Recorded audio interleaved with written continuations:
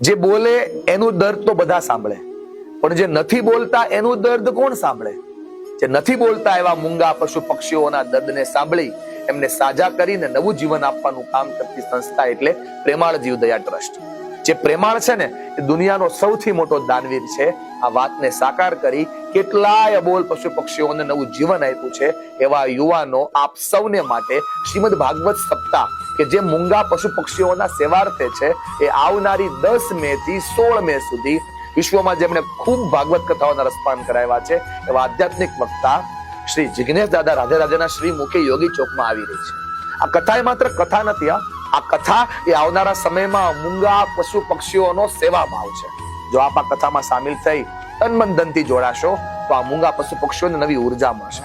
જિગ્નેશ દાદા પોતાના સ્વમુખે કથાનું રસપાન કરાવશે અને આપણે બધા ઉર્જાના ભાવ સાથે આ પ્રેમાળ જીવદયા ટ્રસ્ટના યુવાનોને પ્રોત્સાહિત કરીશું. તો આવો છો ને કથામાં.